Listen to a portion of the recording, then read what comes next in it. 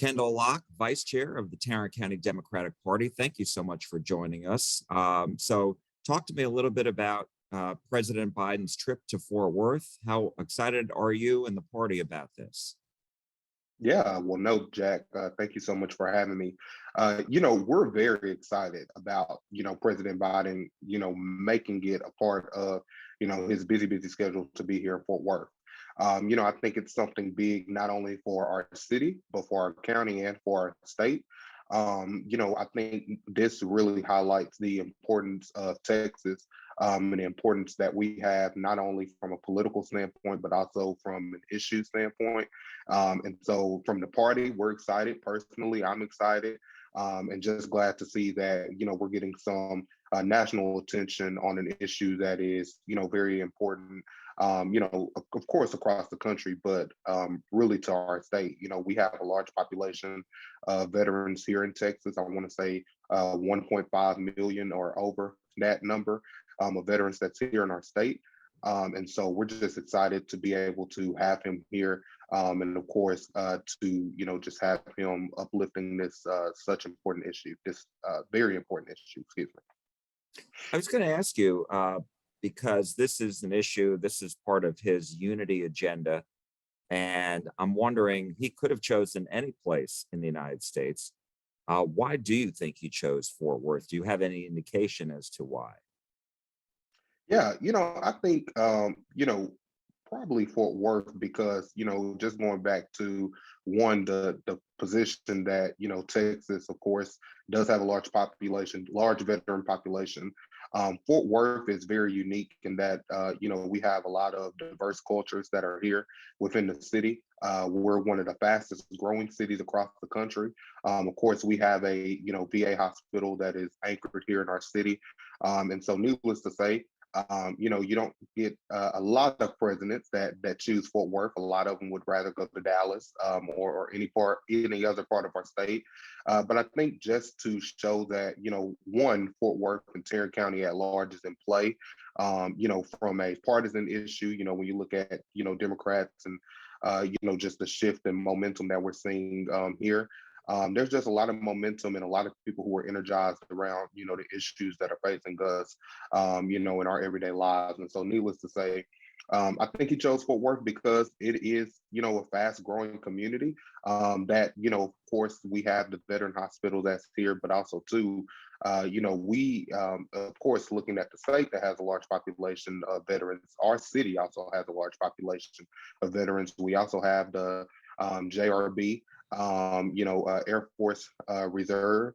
And so, needless to say, I just think that he wanted to be anchored here in the city to celebrate all of that, in addition to or while uplifting the important issue. Let me ask you about, you said Fort Worth, Tarrant County are in play. Why are, Fort Worth and Tarrant County so important to Democrats and Republicans? Yeah, I think historically, and just over the past few years, we can look at 2018 when Beto ran for Senate, and seeing how close and how well he did as far as turning out Democrats across the county. Also, we can look at, excuse me, 2020, where you had President Biden who did indeed carry Tarrant County. And now you have 2022, where you have, Beto, who's now running for governor, but you have so many great local candidates that are running. And so, needless to say, you have voters who are getting out. You have a lot of people who are moving into Tarrant County, but most importantly, you have a lot of people who are turning out to vote.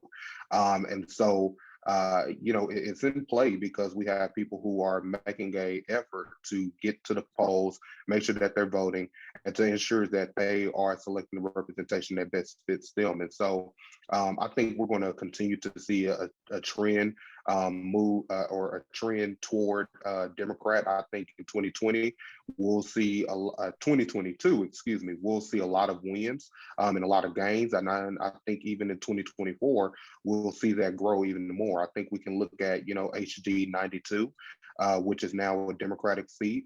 We can look at, a few of our judicial races, and we have some great judicial candidates who are running, who, will have a great probability of winning their races. And so, needless to say, It's important because it's a large county. It plays and it kind of dictates what happens across our state. And we're just glad to be, of course, a part of that wave. And I tell people all the time, we don't have to wait until a Democratic wave comes in order for us to start getting some Democratic wins.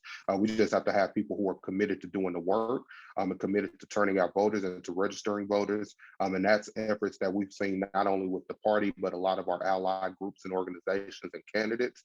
And so I'm just excited. And I think that President Biden, being here in Fort Worth, it adds to the growing momentum of those said candidates and to just, the work that we've been doing from the Democratic Party. And so just proud to, be a part of that, proud to be able to welcome him here, and just excited for the things to come. Let me ask you a last question, and that is the president's visit to Fort Worth comes as he is underwater in the polls here in Texas. Approval ratings are anywhere, according to the last couple of polls, 39 to 42% overall, disapproval 50 to 57%, and his disapproval is higher and his approval is lower among independents. So what do you make of that? And isn't that going to be a challenge for Democrats?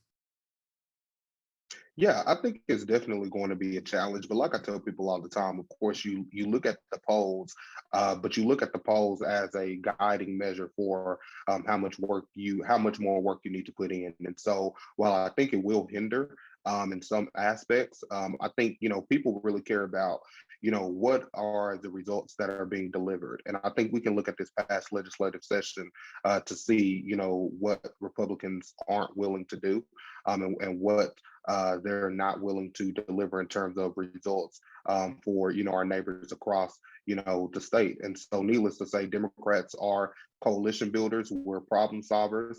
And so, while I think, of course, the polls are out there and we can see them clear as day.